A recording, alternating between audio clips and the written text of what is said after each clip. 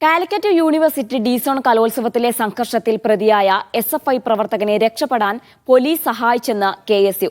SFI പ്രവർത്തകൻ അഷ്റഫിനെയാണ് police സഹായിച്ചെന്ന ആരോപണമുള്ളത്.